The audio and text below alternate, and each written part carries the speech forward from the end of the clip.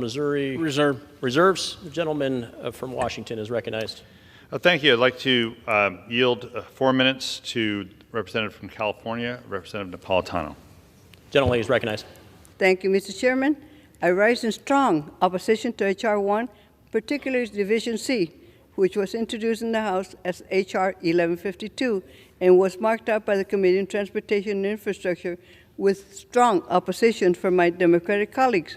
The Polluters Over the People Act let polluters off the hook for harmful actions and damaging impacts on our rivers, our lakes, and our streams, and that our local communities rely on for clean, safe drinking water.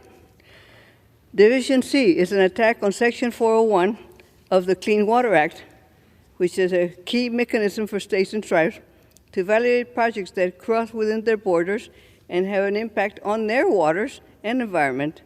For decades, Section 401 has been a successful example of cooperative federalism while preserving state authority to manage their natural resources. Section 401 has been well-supported, effective tool since the beginning of the Clean Water Act, but the Trump administration found a way to make it a scapegoat for the failure of senseless and harmful mega projects. The provisions in the Polluters Over People Act would tie the hands of states and tribes seeking to preserve stream flow from their water supplies to prevent runoff and water pollution and to minimize impact to flood-preventing wetlands. It goes against the Clean Water Act's rights of states to prevent, reduce, and eliminate pollution. First, in California, this bill would have huge impacts. For one, limiting analysis to only discharges would mean the state would be unable to consider the impact of the whole project, such as increasing impervious surfaces or considering downstream effects. Our state is trying to preserve every drop of water we can get, yet this bill will stop my state from protecting its water supply from the adverse impacts of projects pursued but out-of-state interests.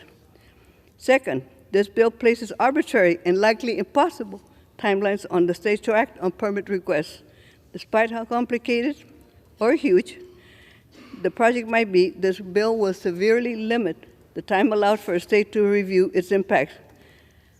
My friends across the aisle may not realize this, but this bill may lead to greater numbers of project rejections as the state is pressured to respond without the time to fully analyze their project.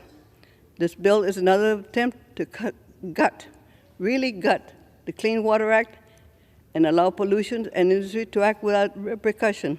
We must defend human health, our economy, and the natural environment, and oppose the damaging bill that will harm local communities.